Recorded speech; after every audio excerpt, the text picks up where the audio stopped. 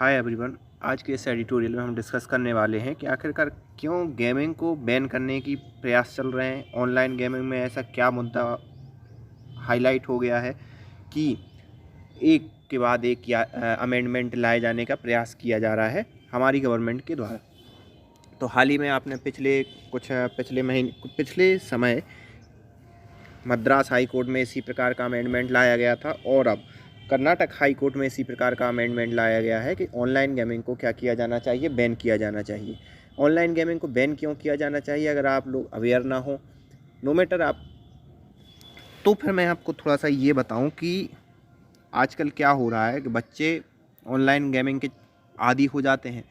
फिर ये online gaming कंपनियां क्या करती हैं कि कभी एक्स्ट्रा लाइफ या जो भी उनका पॉइंट या स्टार या कुछ ऐसा नाम देते हैं कि वो टोकन लेने के लिए पैसे चार्ज करते हैं। जैसे कि एक एग्जांपल के तौर पर अगर हम देखें कि कोई कार वाला गेम है और अगर आपकी कार यहाँ पर स्टक हो जाती है, आपने 1000 का स्कोर बनाया और आपकी कार कहीं पर टकरा गई, मतलब गेम के अंदर ही, फिर आपको क्या लगता है कि नहीं मुझे और स्कोर बनाना था। तो ये गेमिंग कंपनियाँ आपको दो ऑप्शन देती हैं। एक ऑप्शन ये रहता है कि आप फिर से शुरुआत करें, मतलब फिर से बिगिनिंग से आप रेस स्टार्ट करें, या आप कुछ अमाउंट में पैसे उनके लिए पे कर दें जिससे वो जो रेस है, मतलब जो जहाँ पर आपकी रेस ख़त्म हुई थी वहाँ से आपकी स्टार्ट हो जाएगी और आगे आप और एक्स्ट्रा पॉइंट बनाते जाएंगे। तो इस प्रकार ये कंपनियाँ करती हैं। और अगर मान लो अगर आपको पैसे ना देने हों तो आप क्या करो कि उसको शेयर कर दो किसी एक बंदे के लिए। तो कहीं ना कहीं ये चीज़, ये मतलब ऑनलाइन गेमिंग कंपनियां या तो आपसे पैसे लेती हैं या आपसे ये कहती हैं कि आप अपने और दूसरे लोगों को हमसे जुड़वाइए। तो इस कारण क्या होता है, जो छोटे बच्चे होते हैं या कई केसों में तो बड़े लोग भी धीरे धीरे करते करते करते वो 5 रुपये, 10 रुपये, 20 रुपये, फिर 20,000 रुपये चली जाती है गाड़ी, फिर लाखों तक गाड़ी चली जाती है और ऐसे लोग लाखों के कर्ज में डूब जाते हैं। क्योंकि अगर कोई छोटा बच्चा 5-5 रुपये की कोई एक लाइफ है, जो कि ऑनलाइन लाइफ लेने का कोई मैटर है, कोई मतलब उसका रहता नहीं है, तो फिर वो क्या करता है, छोटा बच्चा किसी से उधार लेगा, 5 रुपये लेगा, फिर 10 रुपये लेगा, फिर 15 रुपये लेगा, फिर 20 रुपये लेगा, फिर 200 रुपये लेगा, और ऐसे ऐसे करते हुए वो हज़ारों रुपये किसी दूसरे से उधार ले लेता है और वो पे किसे करता है, ऐसी कंपनियों को। तो यही पूरा मुद्दा था और इन्हीं चिंताओं को ध्यान में रखते हुए अमेंडमेंट लाए गए थे। लेकिन क्यों कोर्ट ने इसके लिए खारिज कर दिया, इन अमेंडमेंट को क्यों स्वीकृति नहीं दी, आगे आने वाले समय एडिटोरियल में डिस्कस करने वाले हैं। तो तब तक अगर आपने चैनल को सब्सक्राइब ना किया हो तो please hit the subscribe button and also join our Telegram channel, जहाँ पर मैं किसी भी जो भी वीडियो मैं बनाता हूँ उनकी जो PDFs हैं वहाँ मैं शेयर कर देता हूँ। तो अगर आप चाहो तो वहाँ पर भी जाके, और इस पर्टिकुलर एडिटोरियल में अगर आप खुद भी पढ़ना चाहो तो वहाँ जाकर आप पढ़ सकते हो। तो स्टार्ट करते हैं। Gaming banning. Online gaming might be addictive but ban will mitigate against individual freedom. तो यहाँ पर ऑनलाइन गेमिंग हो सकता है एडिक्टिव हो, लेकिन अगर हम इसको बैन करवा देते हैं या हम इसको चेंज करवा देते हैं इसके रूल एंड रेगुलेशन को, तो अंततः क्या होगा, जो इंडिविजुअल फ्रीडम है, मतलब जो लोग गेम खेलना चाह रहे हैं, जिनके पास अपार पैसा है और जिनके पास पैसा नहीं भी है, जो मतलब फ्री में गेम खेलते हैं, अगर हमने पूरा ऑनलाइन गेमिंग पर बैन लगवा दिया तो जो फ्री वाले गेम है या जो लोग गेम खेलना पसंद करते हैं तो उनकी जो इंडिविजुअल फ्रीडम है उस पर क्या होगा, कुठाराघात होगा या चोट पहुंचेगी। ये मुख्य रूप से तर्क दिया है कोर्ट ने। आगे आने वाले एडिटोरियल में हम इन चीज़ों को समझेंगे। तो yet another legislative attempt to prohibit online gaming has failed under the judicial scrutiny. तो एक और अटेम्प्ट जो प्रयास हुआ था कि हम ऑनलाइन गेमिंग को लेजिस्लेटिव मतलब विधायी का, जब आप किसी संसद से कोई बिल पास करके किसी चीज़ को अमेंड करते हो या किसी कानून को लागू करते हो तो क्या होता है, उसे बोलते हैं हम लेजिस्लेटिव अटेम्प्ट। ठीक है, और जब कोई व्यक्ति याचिका दायर करता है या पब्लिक उसमें होता है तो वो एक जुडिशियरी अटेम्प्ट में काउंट होता है। तो यहाँ पर एक प्रयास किया गया एक लेजिस्लेटिव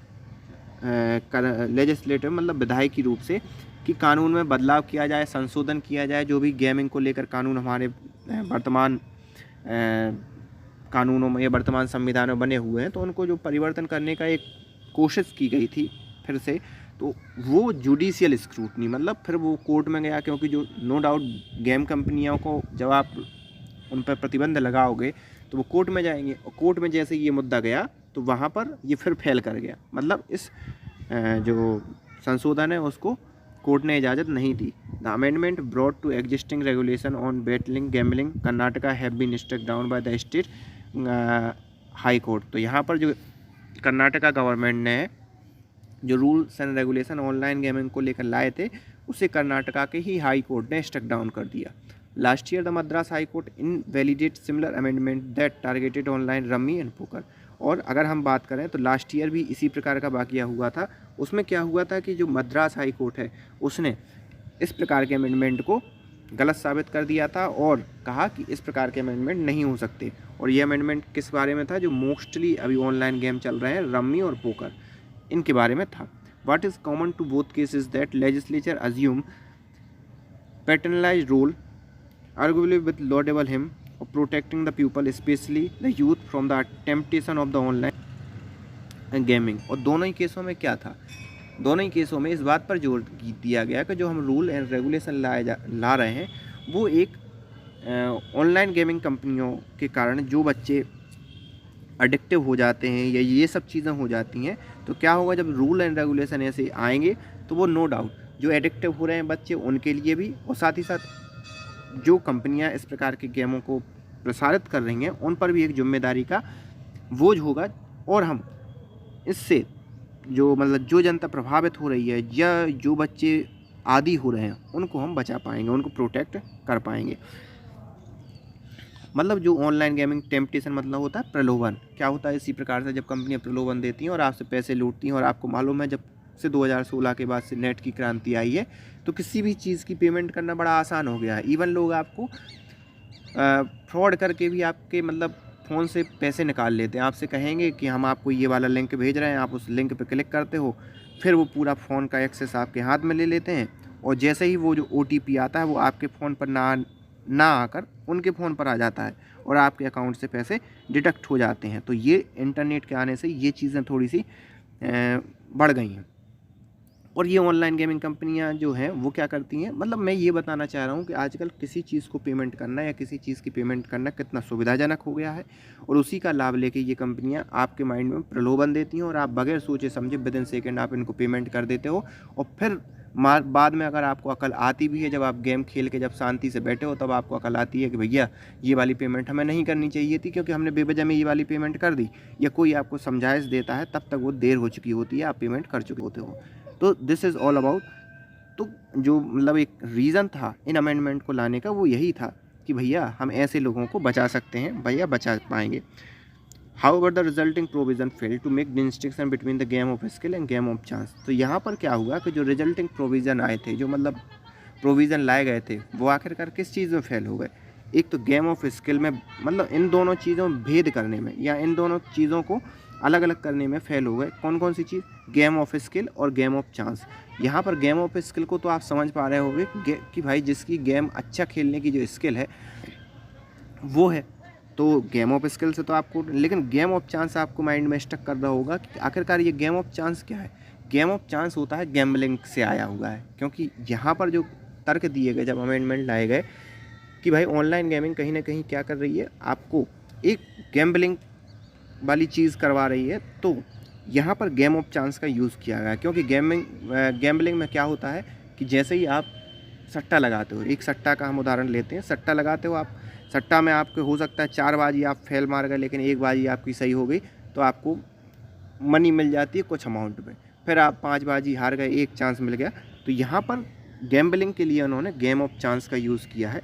तो यही इन्होंने कहा कि गेमिंग जो है, जो रिजल्टिंग प्रोविज़न आया था वो ऑनलाइन गेमिंग में और इस गेम ऑफ स्किल और गेम ऑफ चांस में विभेद करने में या अलग अलग करने में असफल रहा। Sought to bring under the proscription all game played online regardless of the extent which skill was required. तो यहाँ पर साथ फिर इन्होंने क्या किया कि मांग इस प्रकार की करी कि आप सभी ऑनलाइन गेम को क्या कर दो, प्रतिबंधित कर दो, बजाय इस चीज़ का वो करके कि भाई एक सीमा तय कर दे कि जो मतलब गैम्बलिंग वाला जो गेम है वो क्या है और जो नॉर्मल लोग गेम खेल रहे हैं वो क्या है। तो बजाय इस चीज़ की चिंता किए, इस चीज़ का निर्धारण किए कि भाई स्किल वाला गेम अलग है और जो गैम्बलिंग वाला जो सीन है वो अलग है। तो तो आप इस चीज़ की सीमा निर्धारित करो और फिर आप ऐसे रूल्स रेगुलेशन लाओ जिससे जो गैम्बलिंग वाले गेम हैं या जो जिस चीज़ में लोग ज़्यादा ऑनलाइन गेमिंग में लोग ज़्यादा फंस जाते हैं उन पर प्रतिबंध की आप बात करते या उनको रूल एंड रेगुलेशन के अंडर लाने की बात करते। तो ये अमेंडमेंट पहली बात तो एक दोनों चीज़ों में अलग अलग मतलब अंतर करने में अक्षम साबित हुआ। दूसरा, ये निर्धारित नहीं कर पाया कि आखिरकार जो नॉर्मल गेमिंग है वो किस हद तक चलनी चाहिए, किस हद तक चली है, या जो गैम्बलिंग वाली गेम है या जो जिस गेम से क्या होते हैं लोगों को परेशानी होती है वो किस हद तक है। Further the Karnataka high court has rejected a key submission that it could upheld a public order law. तो यहाँ पर लेकिन अगर बात करें तो कर्नाटका हाई कोर्ट ने ये जो महत्वपूर्ण सबमिशन है उसको क्या कर दिया, रिजेक्ट कर दिया, upheld as a public order law. It referred to the meaning of the cyber game of epic proportion and the registration of about 28,000 cases by the police in the state of last year। तो यहाँ पर अगर हम बात करें तो जो cyber game है, ठीक है, उसमें लगभग 28,000 केस रजिस्टर्ड हुए हैं। वो किस किस प्रकार के केस रजिस्टर्ड हुए हैं कि भाई गेमिंग के कारण किसी ने क्या कर लिया, कर्ज में डूब गया, कोई किसी ने आत्महत्या कर ली उसी कर्ज से परेशान होकर। तो ये सब चीज़ें आई गई तो गवर्नमेंट ने सोचा था कि भैया इस प्रकार के हम अमेंडमेंट लाएंगे जिससे ऑनलाइन गेमिंग के कारण जो लोग परेशान हो रहे हैं या जिन लोगों को ये कर्ज के चक्कर में फंस रहे हैं तो इससे बचा जा सके। The government did have a point when it said many taken their own life and family ruin as a result of gaming addiction and indebtedness। तो यहाँ पर गवर्नमेंट ने पॉइंट रखा कि भैया कई लोगों ने अपनी लाइफ ख़त्म कर ली इन्हीं के चक्कर में, कई लोगों की फैमिली बर्बाद हो गई और कई लोग गेमिंग के एडिक्शन के कारण लोन के चक्कर में फंस गए, indebtedness। However, the court has pointed out if the objective was to curb the meaning of the gambling, the government should prohibit activity that amount of gambling as such and not the game of skill। तो इनका कहना क्या था court का कि भैया आप game को बंद कर रहे हो, खुशी की बात है, हमें कोई दिक्कत नहीं है, लेकिन जो गेम ऑफ स्किल है, मैंने पहले डिस्कस किया है कि गेम ऑफ स्किल और गेम ऑफ चांस में क्या अंतर है। तो गेम ऑफ स्किल पर आप प्रतिबंध न लगाओ सिर्फ इस कारण से कि क्योंकि आप गेम ऑफ गैम्बलिंग पर प्रतिबंध लगाने की कोशिश कर रहे हो। तो गवर्नमेंट का यह कहना था कि भैया जो गैम्बलिंग वाले गेम हो उस पर आप प्रतिबंध लगाओ, ना कि आप सभी गेमों पर प्रतिबंध लगा दो जिससे उन लोगों को भी परेशानी हो जो कि गेम खेलना चाहते हैं। तो this is all about, court ने अपनी दलील दी और इसी कारण उसने इस अमेंडमेंट को रद्द कर दिया। While the enacting extreme measure it did not consider the feasibility of regulating wagering on the game of skill. तो यहाँ पर अगर आप सभी पर ये लगाते हो, मेजर लगाते हो या इस प्रकार की प्रोहिबिटेड रूल्स रेगुलेशन अप्लाई करते हो तो आप उन लोगों को कंसीडर नहीं करोगे जो कि गेम खेलना चाहते हैं। ये गेम ऑफ स्किल समझ रहे हो ना, गेम ऑफ स्किल और game of chance. Game of chance मतलब गैम्बलिंग, गेम ऑफ स्किल मतलब जो नॉर्मल गेमिंग होती है जिससे किसी को नुकसान नहीं होता। While the idea of betting and gambling conjure up the image of the buckets of associate with diggy game house frequented by the hostler, there is an element of information, expression and entertainment that has constitutionally protection। अब यहाँ पर जो idea है batting और gambling का वो दोनों का एक मिला जुला रूप है, उसी प्रकार से है कि गैम्बलिंग तो जो मतलब एक प्रकार का सट्टेबाजी वाला गेम है कि आप एक प्रकार सट्टेबाजों की तरह उस गेम को ले रहे हो जिसमें एक बकेट शॉप है और जो एक कानूनी रूप से भी क्या है, संरक्षित है। जैसे कि सट्टेबाजी हुई वो कानूनी रूप से अभी भारत में लीगल नहीं है, वैध नहीं है, लेकिन क्या है इसमें आप क्या कर रहे हो, इन्फॉर्मेशन दे रहे हो बच्चों को, एक्सप्रेशन की और एंटरटेनमेंट करवा रहे हो और फिर आप क्या कर रहे हो, उनसे पैसा ले रहे हो। तो ये कहीं ना कहीं सट्टेबाजी में आता नहीं है। ये वो अलग बात है कि लोग आदी होकर पैसा दे देते हैं और कर्ज करके पैसा दे देते हैं, तो ये एक अलग मुद्दा है। लेकिन अगर हम बात करें जो गेम है या जो गेम के कारण जो लोग पैसे ले रहे हैं वो एकदम से उसमें आता नहीं है, सट्टेबाजी के रूप में आता नहीं है, तो इसे संवैधानिक रूप से भी संरक्षण प्राप्त है। And the gaming platform are also legitimate business that enjoy the freedom of the trade when use of the online version of game of skill। तो यहाँ पर अगर हम बात करें नॉर्मल भी कि पहले भाई जो गेम होते थे आप एक सीडी वगैरह खरीद लाते थे और पहले के दिनों में, और आप रिमोट से खेलते थे। अब क्या हो गया कि मोबाइल में टच स्क्रीन आ गई है, उन्हीं टच स्क्रीन की मदद से आप ये सब चीज़ें खेल लेते हो। अब आपको वो गेमिंग कंसोल या ये सब चीज़ें आपको घर में लाने की ज़रूरत नहीं है। बच्चा आपका कहीं भी किसी भी कोने में बैठ कर गेम खेल रहा होता है। तो अगर इस नॉर्मल तरीके से देखा जाए तो गेम वही है, अब उन्होंने ऑनलाइन कर दिया है। तो ये माध्यम चेंज हुआ है ना, कि गेम ऑफ स्किल चेंज हुआ है। तो अगर हम इसको प्रतिबंधित कर देते हैं तो कहीं ना कहीं हम गेम ऑफ स्किल वाली जो बात है उसको हम नज़रअंदाज कर देंगे।